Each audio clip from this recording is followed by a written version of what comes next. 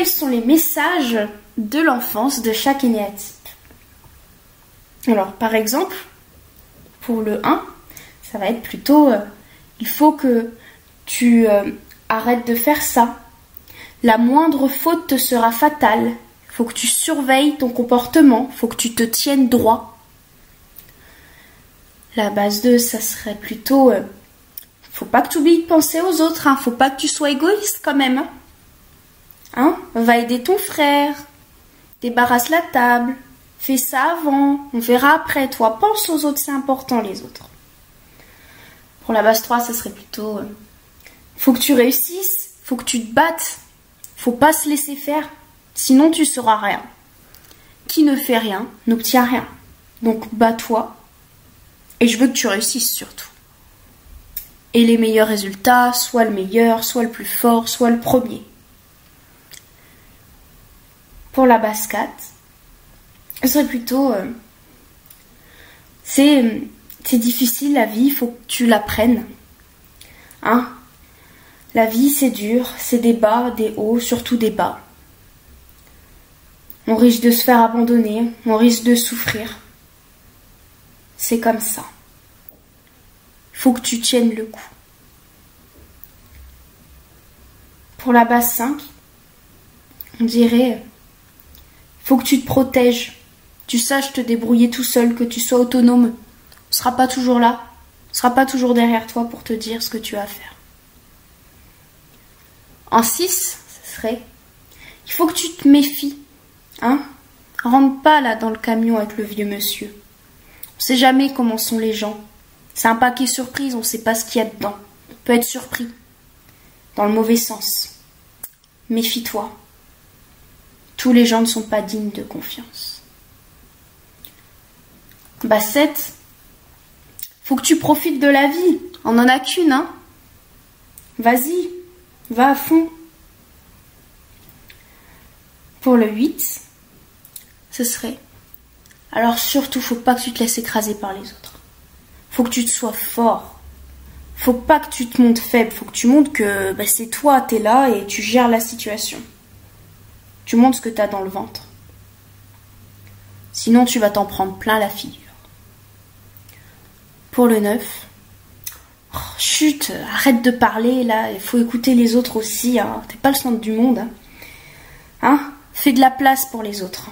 Il n'y a pas que toi ici. Hein.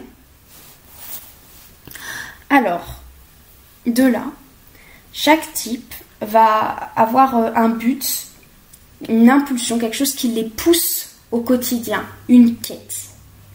Pour le 1, il va chercher à être irréprochable et il a très peur qu'on le considère comme quelqu'un de mauvais. Il essaye du coup d'être le plus juste, le plus droit et il essaye d'être quelqu'un d'intègre, d'être respecté, respectable et respectueux. Le 2, lui, il va combler les besoins des autres, instinctivement. Les autres ne l'ont même pas dit ce qu'il voulait, elle sait ou il sait déjà qu'est-ce qui doit être comblé comme besoin. Parce que dans le fond, ils ne se sentent pas dignes d'être aimés. Et ils veulent prouver aux autres qu'ils sont dignes d'être aimés. Donc ils vont démontrer ça en faisant des actes pour les autres. Et s'ils ne font rien pour les autres, ils vont penser qu'ils ne sont pas dignes de l'amour et que personne ne voudra d'eux. Le 3, lui, il va chercher à réussir. Et à dire mais moi, tout va bien, hein, tout va toujours très très bien. Bien sûr, parce qu'il faut se montrer fort et il faut montrer surtout qu'on est quelqu'un sur qui on peut compter et qui a de la valeur, qui réussit. Parce qu'il pense que s'il se montre faible et si il ne réussit pas ce qu'il entreprend, il sera sans valeur et qu'on ne l'aimera pas, qu'on ne voudra pas de lui. Le 4, lui, il a peur qu'on nie son identité. Alors il va chercher à être lui-même. Il va être en quête d'authenticité, on dit. Il a peur d'être vu comme quelqu'un d'insignifiant. Et il va montrer aux autres ce qui signifie, qui il est.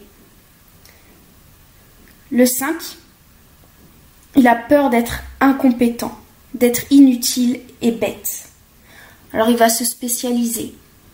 Il va être dans la compréhension, dans tout ça, mais il aura très peur d'être vu comme quelqu'un qui ne sait pas se débrouiller, qui est incompétent. Le 6, il a peur qu'on lui fasse du mal, qu'on veuille sa peau, qu'on lui en veuille. Il va faire tout pour se sécuriser. Il n'aime pas, il a peur qu'on ne le soutienne pas, qu'on ne soit pas là pour lui. Il va avoir du mal à faire confiance. Le 7, il a peur de manquer et il a peur de souffrir. Alors il va jouir de tout, il va montrer de la joie, de la bonne humeur. Parce que derrière, il ne veut pas souffrir et il ne veut pas manquer. Il a peur d'une vie sans belles choses. Le 8, il a peur de se faire contrôler et malmener par les autres. Donc il va se montrer puissant, voire dominant, pour éviter ça. Le 9, lui, il ne veut pas poser de problème pour les autres. Il veut être en paix et il a peur d'être séparé des autres. Il va s'effacer pour laisser la place, quitte à s'oublier. Donc, le désir d'être parfait du 1 peut, dans un état dégradé, devenir du perfectionnisme et quelqu'un d'hypercritique. Il va être dans le jugement. Et ce désir d'être parfait va l'amener à être quelqu'un d'intègre et de droit. Donc le désir d'être aimé du 2, dans un état désintégré, ça passe par l'orgueil, par un besoin de se rendre nécessaire. C'est on ne peut pas s'en sortir si je ne suis pas là. Et à l'inverse, dans ce qu'il y a de plus beau, ça donne des personnes qui rayonnent l'amour et qui sont réellement altruisme, sans chercher derrière à recevoir de l'amour. Pour le 3, le désir d'avoir de la valeur, désintégré, ça donne des personnes dans l'image qui sont en quête du succès et qui refusent l'échec. C'est-à-dire qu'ils vont entreprendre quelque chose et ils partent du principe qu'ils vont automatiquement réussir. Ils ont la phobie de l'échec.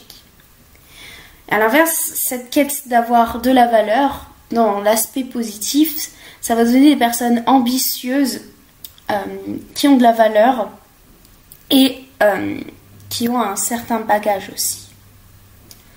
En base 4, donc les désirs d'être soi. Personne, en revanche, peut se flageoler, se replier sur elle-même et être dans de la complaisance. Mais ce désir d'être soi, lorsqu'il est bien amené, bien poussé, sont des personnes authentiques, sincères et profondes. En 5, le désir d'être compétent peut se dégrader en de la surinterprétation, de l'enfermement, du repli aussi, et des spécialisations inutiles. Et intégrer, ça donne des personnes compétentes, qui savent beaucoup de choses, qui sont plutôt intellectuelles. Pour le 6, cette peur, le fait de vouloir se sentir en sécurité, donc dans le négatif, ça l'amène à adhérer à des croyances et à du dogmatisme. Donc il est dépendant de ses croyances, de son groupe d'appartenance. Et à l'inverse, lorsqu'il est poussé vers le haut, ça donne une personne qui va être fiable, qui va avoir de l'assurance, du courage et qui est fidèle.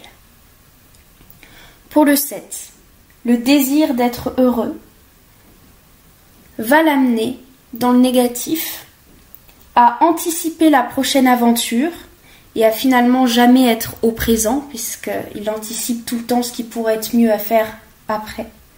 Donc c'est une fuite frénétique et une jouissance excessive. À l'inverse, poussées vers le haut, sont des personnes qui donnent de la joie de vivre et qui ont beaucoup de bon sens. Pour le 8, le désir de se protéger se dégrade en contrôle sur les autres. Donc contrôle permanent, l'excès, lorsqu'il est poussé vers le haut. Ça donne des personnes avec une force, la combativité et qui vont au bout des choses. Le 9, le désir d'être en paix, se dégrade en coupe, où la personne se coupe en fait de ce qu'elle ressent et est dans de la résignation et de la négligence. Et poussée vers un élan positif, poussée vers le haut, ce sont des personnes stables et harmonieuses. Les messages qui ont été oubliés. Le premier, tu es quelqu'un de bien. Le deuxième, on te désire, on t'aime. Le 3, on t'aime pour ce que tu es. Le 4, on te comprend et tu es intimement perçu. Le 5, tu n'es pas un problème, tes besoins ne sont pas un problème pour nous.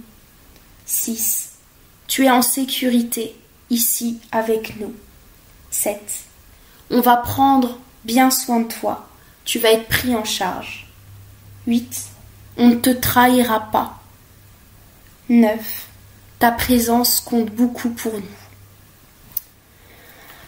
Voilà pour la présentation générale, un petit peu de chaque type.